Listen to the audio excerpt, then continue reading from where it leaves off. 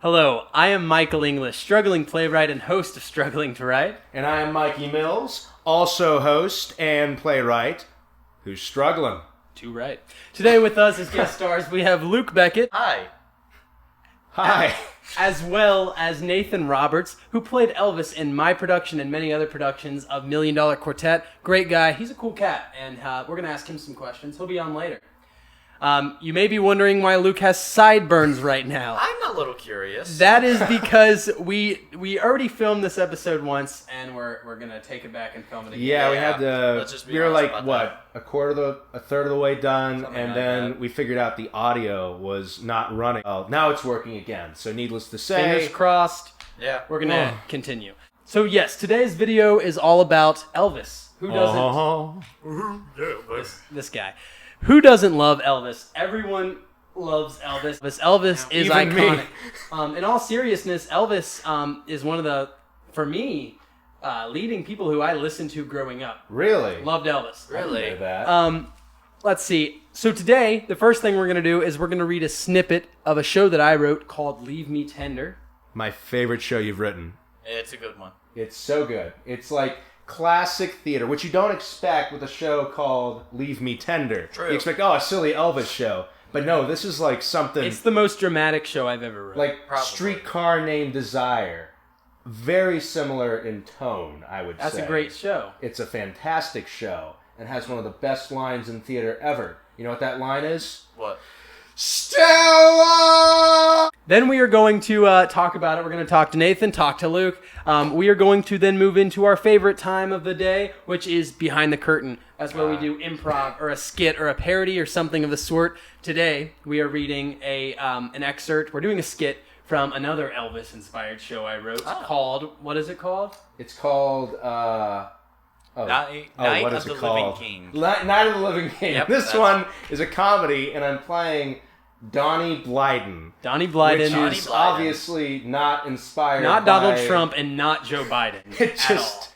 And then after that, we'll talk some more because that's what we do on podcast. And finally, we'll wrap it up with a good old-fashioned musical goodbye.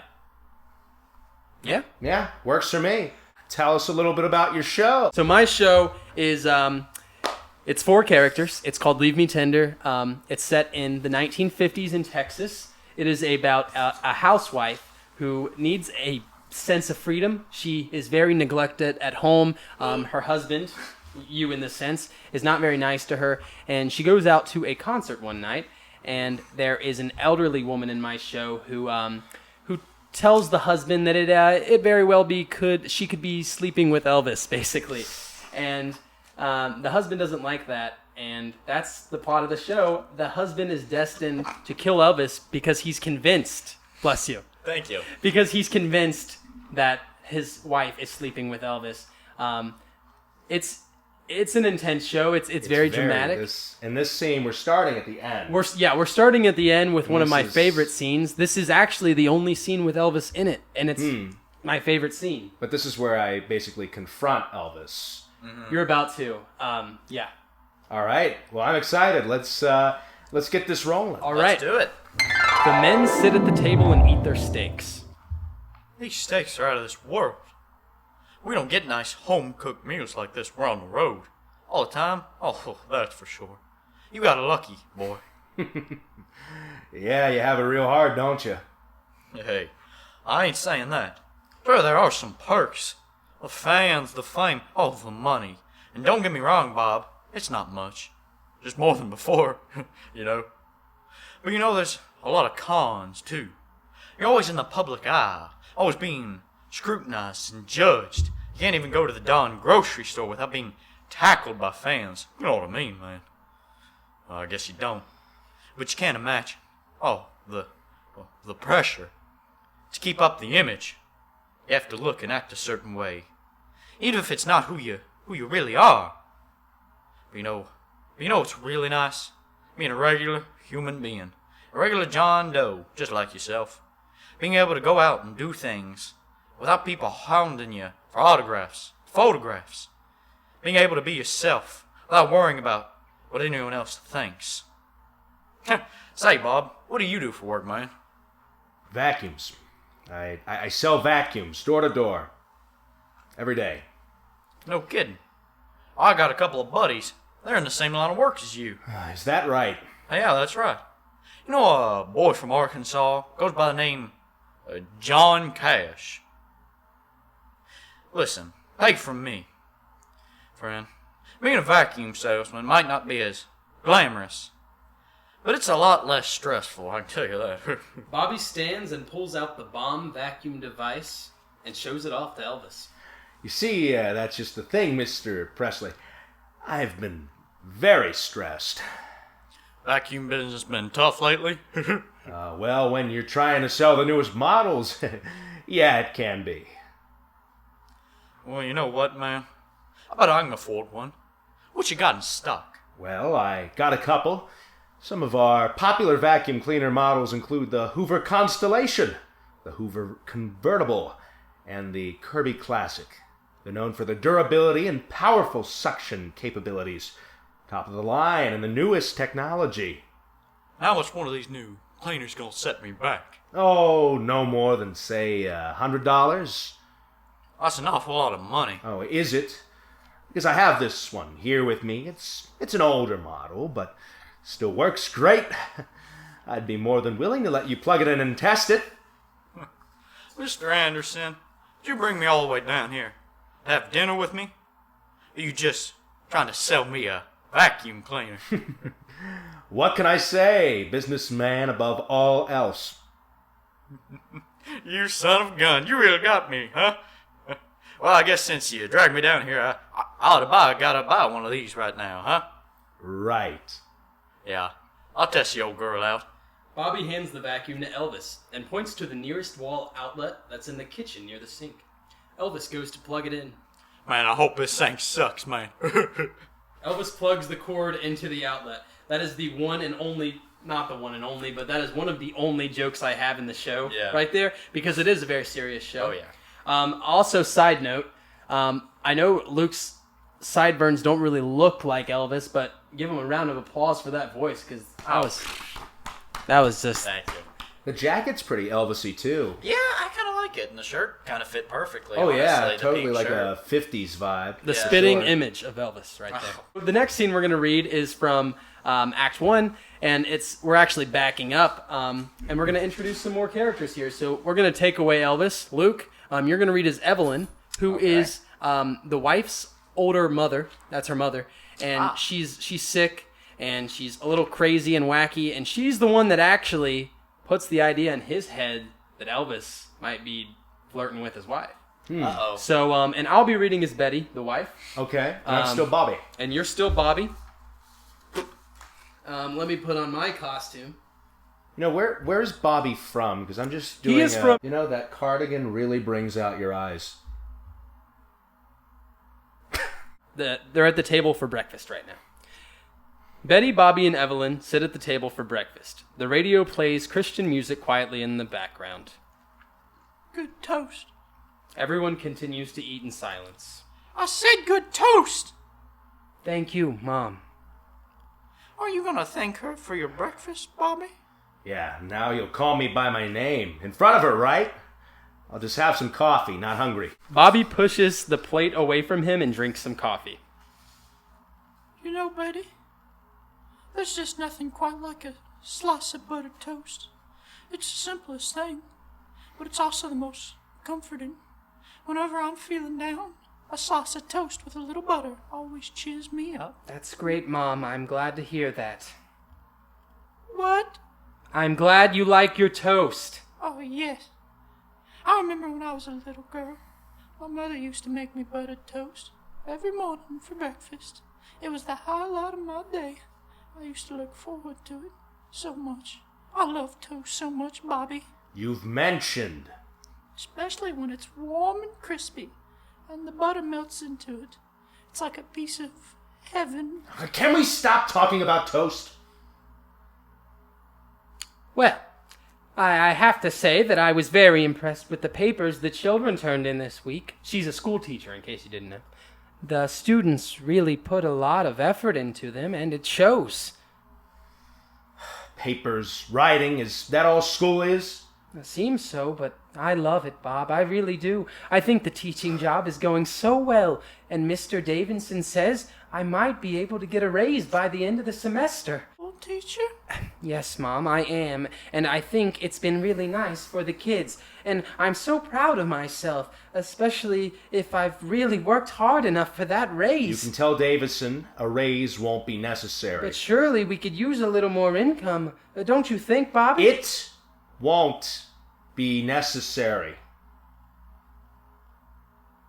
I like toast to be buttered on both. If you bring up toast one more time... Your toast. Toast. I know you like your toast, Mom. Thank you.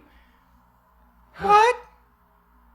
I said I hate eggs. I don't like my eggs runny. Betty? Mom. Too runny. I don't like my eggs that runny. Why can't anyone cook eggs the right way? Well, did you hear the news? They're opening a new restaurant right outside of town. Maybe they make better eggs, Mom. A restaurant? A new restaurant? Yes, Mom. What kind of I restaurant? think it's going to be a fancier place. Who knows? Maybe we can go there for our anniversary one year, Bob. We never go out for a nice dinner. Yeah, who knows?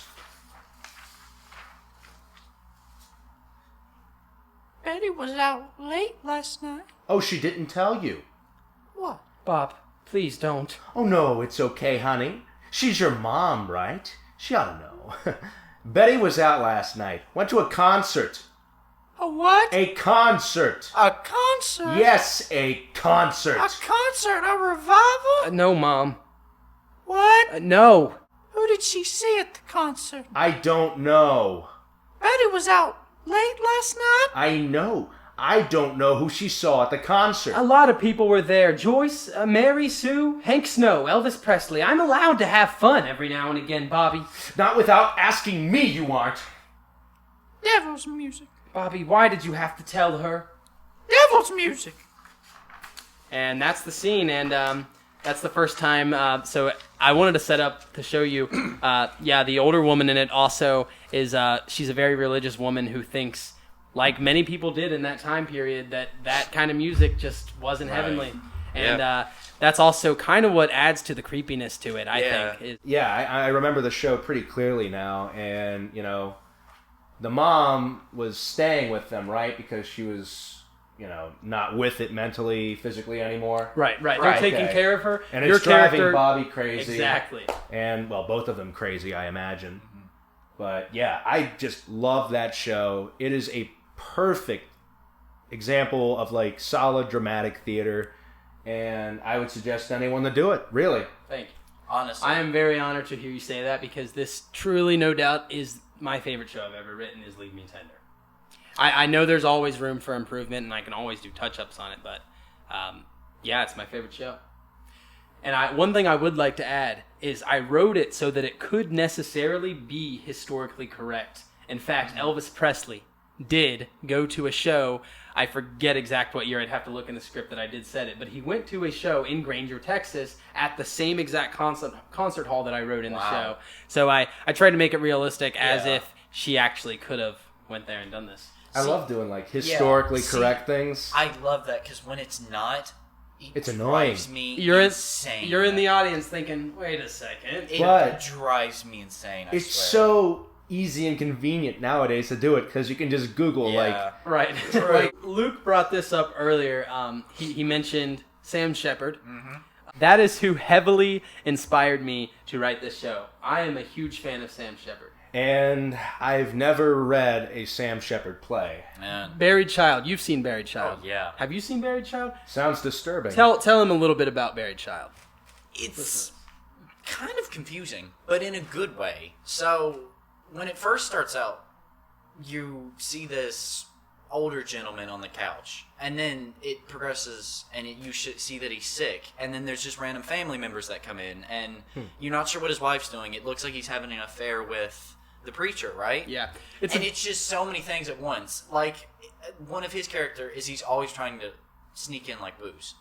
And that's like, and his wife's always yelling at him, or smoking. It's stuff like that. It's just such a well-done show, and it just gets more and more intense and more heart-pounding. You cannot look away. It's a very dramatic show. There are some very dark, honestly disturbing undertones to it. Well, yeah. But Well, the title alone is like Buried Child. Is that like a... And it ties into it. At the very end, at the very end, I won't go into really much more, but it is the most disturbing scene. If you don't like that kind of work, if you're not into dramatics, then don't look into it. But that's what Sam Shepard's known for. And I just think his characterisms, like you were saying, they're so realistic. Like kind of how I tried to write this show. Evelyn, the older lady, she has hearing problems. She's an older woman. Sure. 90% of her lines are her repeating things or saying what.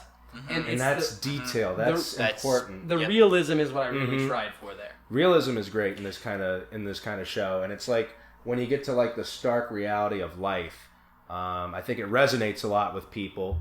Like again, Streetcar Named Desire, Death of a Salesman. What a great show! And the only time I've seen that live, an understudy who knew no lines was playing the lead, and still, despite it being a train wreck, it was still a fantastic show. Holy crap. I love Death of a Salesman. You write a play that well, and it will be a good Yes, no matter what. You have seen a Sam Shepard play, though, because you've seen True West. It's the two brothers. Oh, that was Sam Shepard. That is also Sam Shepard. Oh, okay. Yeah, I like that. I thought that was really good. Have either of you seen A Doll's House? No, I haven't. Yeah, I don't think so. I was in, at Campbell County, I played Torvald. That's another show, kind of related, very dramatic. And at the end, there's a confrontation between the wife and the husband. I won't reveal what happens, but boy, you talk about tension that you could cut with a knife. Speaking of cutting tension with a knife, the next thing I'd like to get into, Elvis themed. One of my favorite scenes I've ever done is one of the ending scenes of $1 Million Quartet. And I played Johnny Cash. You saw me. And he tells, in $1 Million Quartet, he tells Sam Phillips that he will no longer be working at Sun Records anymore. He signed a new contract with Columbia. And they're paying him more. They're letting him do gospel records. It's what he wants to do. It's what actually happened. And that scene was cutting tension. That was a lot of tension. I was cutting it with a knife right there. And scenes like that are the most fun to do. Oh, yeah. And, $1 Million Quartet, as an audience member, it was such an enjoyable show. It's a unique show, I think, because unlike, a lot of story-driven shows, this is very song-driven, I feel. It's a concert. And, yeah, it's a concert. But there's still a story. Yeah. And I think that makes it a clever, because everybody wants to see the $1 Million Quartet perform. So there's a ton of music in it. It's just a feel-good fun show with a story interwoven. That's a good one. And there's a Christmas one? There is also a Christmas one. Really? $1 Million Quartet Christmas. Yeah. It's the same night. It's pretty much the same story. There's different songs, though, and they sing Christmas music. They have, I'll have a blue Christmas is in $1 Million Quartet Christmas. I'm glad you liked $1 Million Quartet because our next guest star up on the show is the awesome. I worked with this guy, wonderful person, and a talented actor, very talented, and a really great Elvis. Today on the show, we have with us Nathan Roberts. We have Elvis. Elvis is in the building. Today we have Nathan with us. He was in My $1 Million Quartet, and he has been in a ton of productions of $1 Million Quartet. He's been in Elvis the Revolution. We have him here today with us to ask him some questions. Nathan, the first question that I have for you is, what's it like? What is it like playing Elvis? What do you do to get in character, and just how is it? Yeah, so playing Elvis Presley is a never-ending challenge. Everybody knows Elvis. Everybody has an opinion of who Elvis is, how he looks, how he sounds, how he moves. And it's my job to portray all of that and put him on stage and bring him back to life. So it's an exciting challenge, but I'm always learning, I'm always researching, I'm always watching a video so that I can pick up a new move or a new detail that I didn't notice last time. There's just so much research that goes into every performance because Elvis is such an involved man. There's so much going on, and it's so effortless for him. But let me tell you, it's not effortless for me. Yeah, I can only imagine playing Elvis would be a lot. Something I don't think I would ever be capable of. These legs cannot move like yours do, Nathan. I can't dance in general, let alone do the Elvis thing. So, Elvis, aka Nathan, what is your favorite experience with a fan, during a show? Yeah, there was a lady in the audience of Million Dollar Quartet, and she was celebrating her birthday. Her favorite Elvis song is "Love Me Tender," and she just loved the show, but she was really hoping she'd hear that song. And I heard about that, so I actually went out and met her after the show and got to sing the song to her, play it on the guitar, and I think it really made her night. So it was a special moment and a lot of fun meeting her. That was really sweet. I remember my wife Bethany. She actually got to experience that one and see that, and she said that the lady was all teary-eyed. Aww. Yeah, that was a really sweet moment. And that was sweet of you, Nathan. I'm glad you did that for that woman. Yeah, old women really appreciate Elvis, and they really appreciate that type of music and that culture, and it really does impact them as people. Music. He's the king. He's the king, baby. Nathan, lastly, I have to personally ask this. You have played countless. You have been in countless productions of Million Dollar Quartet. You've been in Elvis, The Revolution. You have played Elvis so many times among other characters. But tell me, when you look into a mirror, do you still see Nathan Roberts, or do you sometimes look in the mirror and say, that's Elvis right there? Yeah, I definitely see Nathan Roberts, but I would say I at least take inspiration from him in the way I dress, and the way I do my hair. I don't do my hair if I'm not doing Elvis. It's either Elvis hair or a hat. So there you go. Nathan, thanks for being on our podcast. If you want to reach out to Nathan, you can find him on Instagram at NathanRoberts99, or you can check out his website at NathanRobertsNYC.com. That's his acting website. You can find more about Nathan there. Nathan, thanks for being on. Mikey, let's talk about All Shook Up. Oh, that was so fun. That All Shook Up, for those of you who don't know, is another jukebox musical that is Elvis, all Elvis songs, and Mikey was in it. It was so much fun. This was a little bit before COVID. I was supposed to be. Oh, yeah, that's right. Who are we going to play? Dennis? Not Dennis. Dean. That's it. What was my character name? Jim. That's right. Yeah, I played Jim Harker in All Shook Up, which, for those who don't know, is based off of Twelfth Night, a Shakespeare play. Really? And it is. Yeah, it's pretty close, actually. But it's woven together by Elvis music. And to go to the writing part of it is so well done, where every single Elvis song, which was not intended for, a theater show, was, it just works so well. It's a fantastic show. Although sometimes I do get it mixed up with Footloose. Really? I don't know why. It's like I get the two mixed up. They're both, rocker comes to town, shakes things up, falls in love with a girl. I love both shows, and All Shook Up, playing Jim Harker, that was so much fun. I got to dance badly. I got to sing. He sounds, if you listen to the cast recording of All Shook Up and listen to the character that Mikey played, I'm not kidding you. Mikey, do you remember any of the part? Can you just sing like a tiny snippet right now? Oh, yeah. Sing something from... Don't stop thinking of me. Okay. Clip that and then go listen to the sound recording. Mikey sounds just like the guy. Come on, let me know you love me. That did that character. But yeah, All Shook Up. That's a lot of fun. Oh, I would love to be in that great. show. I gotta say something first, though. I've never seen Footloose or All Shook Up. Really? Yeah, I've never seen either of them. Man. They're on the bucket list, but I've just never gotten around to watching them. You would be a great Dennis in All Shook Up. I guess that's a compliment. I don't really know. I'd love to play Chad so we could sing that song together. Boy, yeah, I don't think I could ever play Chad. Too much dancing. You've seen Footloose, though. I've seen Footloose. It's been a while. I remember the first time I saw the show, you got Willard who can't dance. And I was like, oh, great, that's a part I can play. But he walks and out. halfway through Act 1, he starts dancing, and I'm like, oh. He like spins on his head and like. I'm like, yeah, forget this. It's hopeless. I can't be in this. Mikey's not doing that. I can't. So you are well familiar with Elvis songs. You did All Shook Up. That's A lot of them, songs. yeah. But you also, like me, you've been listening to Elvis for a long time, since you were younger, possibly in high school. Perhaps you sang Elvis for girls in the cafeteria. Earlier. Oh, yeah. So I remember in 8th grade, I wanted to find a way to be a little bit less of a loser. So I thought, you know what? People love guys who sing at lunch. So I picked the most popular girl table. I sat with them. I sit down. They're looking at me like, what's this nerd doing here? And I'm like, you ain't nothing but a hound dog, yeah.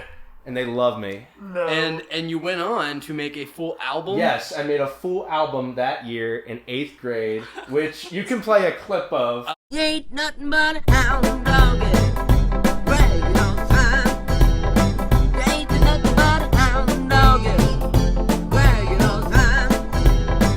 Well, you ain't never tired of driving, and you ain't no friend of mine. But yeah, that was so much fun. And I used to go to like the fair.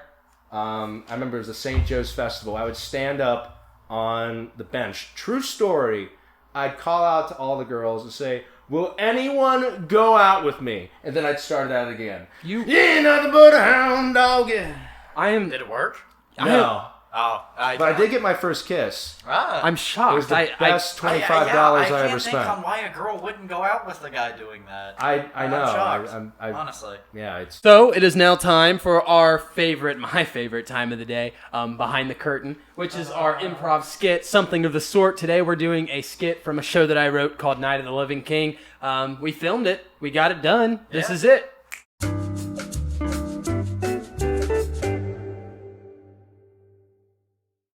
Of course it's a lot. It's impossible. I mean, what are the chances of you finding someone as talented as me before Friday? Well, that's the same chances as, well, if the President of the United States walked in this building right now. Hello, folks. President of the United States, Donnie Blyden? It's me, Donnie Blyden, President of the United States. Yes, it's really me, not a fake news report. My assistant Joyce and my son Heinz are also present here at this beautiful place. Hello. Well, maybe that old woman wasn't lying about singing to her salad, Carmen. Weird things are starting to happen. Wait, you're telling me your kid's name is Heinz? Oh yeah, I am from Germany. My daddy named me after his favorite dipping sauce. Ooh, how old are you? 57? No, I am 16. I just learned to tie my shoes all by myself. Mr. President, if I may ask, what are you doing here? You see, the other day, what day was it, Joyce? January 6th, sir. That's it, January 6th. I remember exactly how it started. I woke up, had a breakfast of champions, 5 Big Macs, a couple chicken nuggets, and then I went about my day. But I heard in a newspaper that a new concert hall is being reopened right here where we stand today. Mr. President, you mean to tell me that you came all the way down here just to visit a concert hall? I remember back when Arnold Hogwash reopened this place for the fourth time. The fourth time.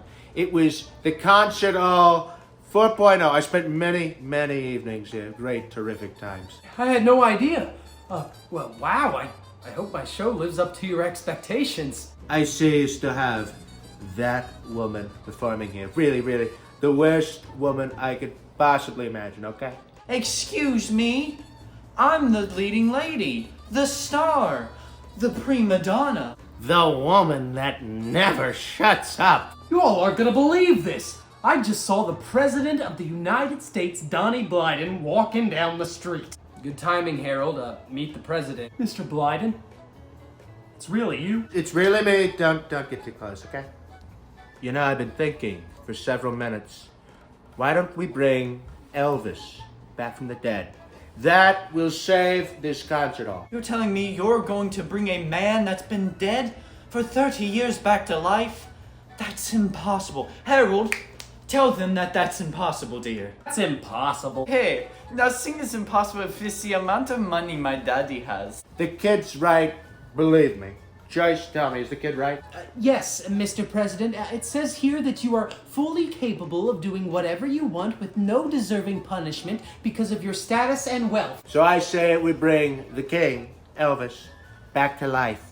Well, Carmen, I hate to break it to you, but I think this day did just get weirder. This is just crazy talk, right? Sure, you have the money, but scientifically speaking... Listen, Carmen, there are a lot of things I am capable of. A lot of things. I have a pretty shiny red button. You want to know what it does? Mr. President, I've told you before, you do not have a button that blows up the world. Okay, say it is possible. How are you going to get Elvis ready in time to perform by Friday? I mean, he's been in the ground most of his life. No, he's been locked in the ground all his death. It's ridiculous. We don't need another star. Elvis isn't coming back. We have the greatest scientists on our side, I think. Joyce, do we have a great team of scientists? Sir, we do. Well, then it's settled. We have a great team of scientists. They'll get it somehow. Well, Mr. President, this all sounds mighty kind of you, but... Head back to D.C. and check the papers. We'll be back in a jiffy. Joyce, will we be back in a jiffy? Oh, yes, sir. It says here you will be back in a jiffy. Good. We'll be leaving at noon. I got a private jet out back. It's double parked. That was it. That was the skit from Night of the Living King. You did a fantastic job as Donnie Blyden. Thank you. Well, what was that, Michael? So that was a skit from a show that I wrote called Night of the Living King. It's not my best work, I'm not gonna lie. But it's funny. It's a funny, comedy. and it's unique. It's very unique. It's a comedy about Elvis, and it was just a poor excuse for me to write a show about Elvis at the time. Was this the show? You ain't nothing but a hot dog. Obviously, Leave Me Tender is the winner, but they're totally different shows. Apples either and way. oranges. They are. So it's it's really a matter of preference. Up next, we have the sponsor for tonight's video, Dark Ice Cologne. Ooh. I wore this today, and let me just, you boys come get a sniff of this. All right, okay? I'm gonna come get a sniff of that. Because they sent this to us to do a video for it, and I'm telling you, this is the stuff that dreams are made of. Just Whoa, that's nice, actually. Let me get a sniff. I like it. Well, that sounds good. Yeah, you like it? I'm glad you guys like it because we actually had someone else test it out. His name is Donnie Blyden, and he was from my show. So this really? This is the ad with Donnie Blyden and the new cologne. I normally wake up every day smelling a little funky. So here I've got with me Dark Ice Cologne by the Queen Mary. I know a lot of queens. And I want people to tell me, boy, that guy not only looks terrific, he smells like a rock and roller, like the king of rock and roll. All right, so if you would like to reach out to me, if you're interested in doing Leave Me Tender or Night of the Living King, you can reach out to me at michaelenglish214@gmail.com. And if you'd like to reach out to Mikey for his script, what was this episode's script of yours? I got nothing. And if you want to do nothing, you can feel free to reach me at mwmillsmusic@gmail.com. Don't worry, Mikey's got a ton of stuff coming. In fact, next episode, that one's going to be God, hilarious. We're doing our worst, right? We're doing our worst plays we've ever written. Now we move on to the last part of the video, the musical goodbye. And with that being said, tonight I actually wrote a parody of an Elvis song to perform for you guys. Ooh. So Let's see it. I wrote this down here, okay? Okay. This is Michael English singing the musical goodbye. It's now or never. We'll see you next time on our next episode.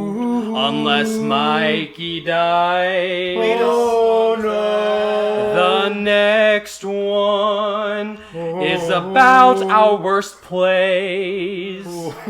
With that being said, we'll see you in 7 days. Time to say goodbye Time for the road. Time to get ready now. Let's get ready for worst episodes. Wait, worst episode. I meant worst script. Leave me tender, leave me sweet, never let me go. You will make my heart complete, just as long as you go.